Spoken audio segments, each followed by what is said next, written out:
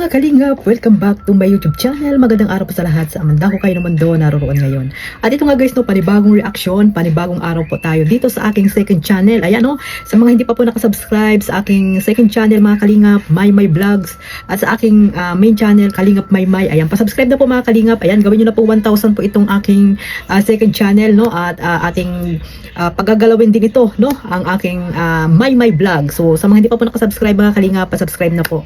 At syempre bago natin simulan ang ating reaction ay syempre magsha-shoutout muna tayo sa ating founder Kuya Bal Santos Matubang, Ate Edna Vlogs, Kalingap Rab, at sa lahat po ng mga nasa landing pad, Ambassador, Deputy, mga Kalingap Scouters, Miga love shoutout po sa inyong lahat. At ganoon din sa mga reactor at sa mga OFW, yung mga nandiyan po sa Pilipinas, at syempre sa mga sponsor na walang sawang tumutulong po sa mga taong naghihirap po dyan sa Pilipinas. Shoutout po sa inyong lahat. Ito mga kalingap, no, mayroon tayong reaction, at ito nga no, nakita natin sa Facebook, itong mga kumakalat na mga usapin about po dito sa tindahan na di umano daw ay nalugi na, no, nawala na pong laman ang tindahan. Ang mga nandoon na lang daw po ay mga noodles, sardinas, at mga kung yung dati ay parang mala grocery po ang laman ng tindahan ng Bataliro family, ngayon po ay wala na daw po, napudpud na kumbaga nalugi na, no, ang tindahan. At sa pagkakaalam ko mga kalingap, di umano, no, sa mga usap-usapan sa Facebook, yung mga nagko-comment ay pinangsabong daw po ang pinagbintahan ng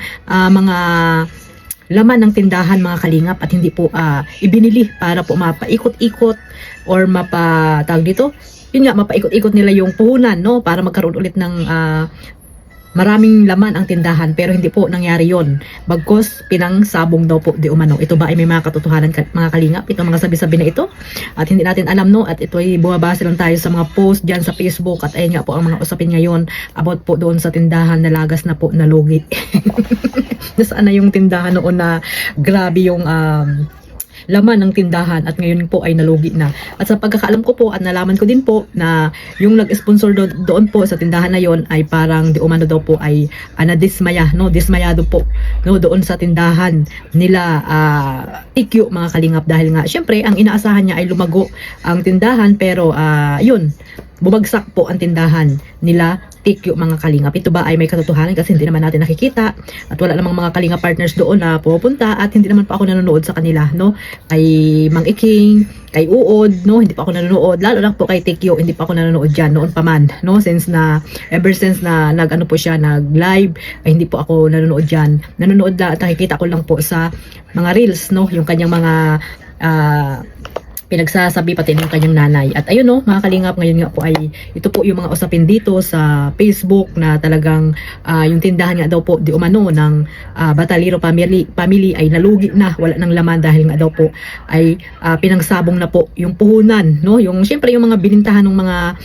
sitserya dyan at kung ano-ano pa, noodles, mga dilata, no, ay yun, pinangsabong daw po di umano, no, ng tatay po ni TQ mga kalingap, na ang sabi-sabi daw po ay itong tatay ni TQ ay sabongero. Ayan ba yung inyong tutulungan? Kung ito po ay totoo mga kalingap, yan ba yung inyong tutulungan, no, na walang ginawa kundi magsugal? Sugal po yan, yung sabong na yan, ano po yan, malas po yan, yung pagsusugal mga kalingap. Yan ba yung inyong tutulungan? Yan ba yung inyong pinapaliparan na walang nangyayari sa inyong mga pinaghihirapang pera dyan sa ibang bansa? Diba, kahit na po sabihin na natin na yung mga nagpapalipad dyan ay may mga asawang kapam, hindi po kayo mapipera. Kasi kung mapipera kayo, doon na lang kayo sa Pilipinas, hayahay na yung mga buhay nyo. Pero yung iba dyan, alam ko, nagtatrabaho pa para lang may pagmayabang na ipapalipad dito kay TQ mga kalingap. Kasi nga, nagpapayabangan sila, no? Nagpapaligsahan sila. Nakala mo naman may pakaalam ang kalingap sa mga palipad nila. Sino ang talo dyan? Di ba kayo din? So ayan po, nalaman nyo na, no, na masasayang lang ang pera nyo. Kasi nga, yung tatay ni TQ ay sabongero di umano, no? Hindi natin alam kung ito ba ito totoo. Kung totoo man, naku po, sa ngayon pa lang po, mag-isip-isip na kayo, no? Mag-isip-isip na kayo yung mga nagpapalipad dyan kay TQ, kasi walang mangyayari. Hayahay ang buhay, hindi naghahanap ng trabaho. Kasi nga, may inaasahan, no? Ginagamit itong si TQ para mag-live at syempre magpalipad kayo, 'di ba? Pagpalipad kayo, at yan naman talaga yung gusto nyo, 'di ba, na mag-live si TQ para sabihin maraming sumusuporta, maraming nagmamahal, maraming nagpapalipad. Pero ito ba ay nagagamit sa tamang pamamaraan? Baka ito ay yan nga, tulad niyan, wala silang hanap buhay, nawala na yung tindahan na dapat ay pinapalago nila, 'di ba?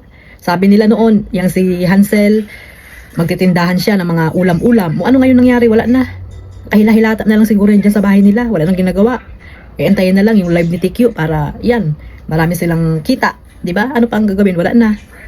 Ba't ba gagawa, 'di ba? Bakit pa magtatrabaho? May mga tao namang andyan para magpalipad. 'Di ba? Di hayahay. So sino ngayon ang talo, 'di ba? Yung pamilya niyo sa Pilipinas, yung iba na nagtatrabaho lang na mga OFW, no? Ano man yung mga pamilya niyo sa Pilipinas, natutulungan niyo din ba? Hindi masamang tumulong, no? Pero dapat sa tamang tao na tinutulungan niyo. Yung karapat dapat na tulungan. No? Mga senior, mga taong talaga naghihirap, 'di ba? Katulad yung mga tinutulungan nila Kuya Bal, nila Kalingap Rab. Yan ang dapat na bigyan ng tulong, hindi yung pamilya ni Tikyo na ang lalakas pa ng mga magulang ay walang trabaho, di ba? Alamunin, at ayan pa, may nagsusugal pa, di umano mga kalingap, kung totoo man yan, kung nagsusugal man yan, di ba? Angit yan mga kalingap, no?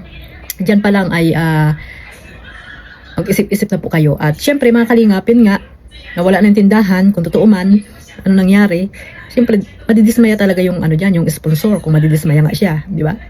Baka bigyan ulit ng puhunan. Or lagyan ulit ng tinda ni Tikyo, kasi nga marami naman siyang pera palipad. Tapos yung kita, ipapansugal ulit ni tatay niya. Kung yun ba ay totoo. No? Ayan po, ay bumasa lang ako sa mga post dyan sa Facebook. Katulad yan, no? Yung pinost ko na yan. Yan din ay sinabi ni Sir Birana na isang chismoso na reactor, no? Hindi siya reactor ng Kalingap kasi hindi pa naman siya legit na Kalingap. Siya lang ay nakikikalingap lang, nagre-reaction lang po siya, no? Siyempre, content creator po yan, di ba? Content creator siya. No? Dito siya sumanibs or dito siya kumampi sa Kalingap at hindi sa mga anti-Kalingap. So, kaya yan, alam ni Sir Birana kung ano yung mga nangyayari dyan sa paligid ng bahay ni Tikyo, kasi nga may spy po siya dyan, no? May nagsasabi po sa kanya, hindi natin alam kung sino ba yun mga kalingap. Kaya alam niya yung mga issue, no, about dyan sa family batalero mga kalingap. So ito lang po no, aking reaction po dito. At syempre, ayun nga, sabi ko nga, supportahan niyo po ang aking pangalawang YouTube channel, My Vlogs. At syempre, huwag niyo pong kalimutan supportahan sila Kuya Bal, Kalingap Rab, Ate Edna, Jomcar, Kalingap Edo, at sa mga charity vlogger na gusto niyo pong supportahan. At syempre sa reactor. God bless po sa lahat. Mabuhay po ang Team Kalingap. Bye-bye.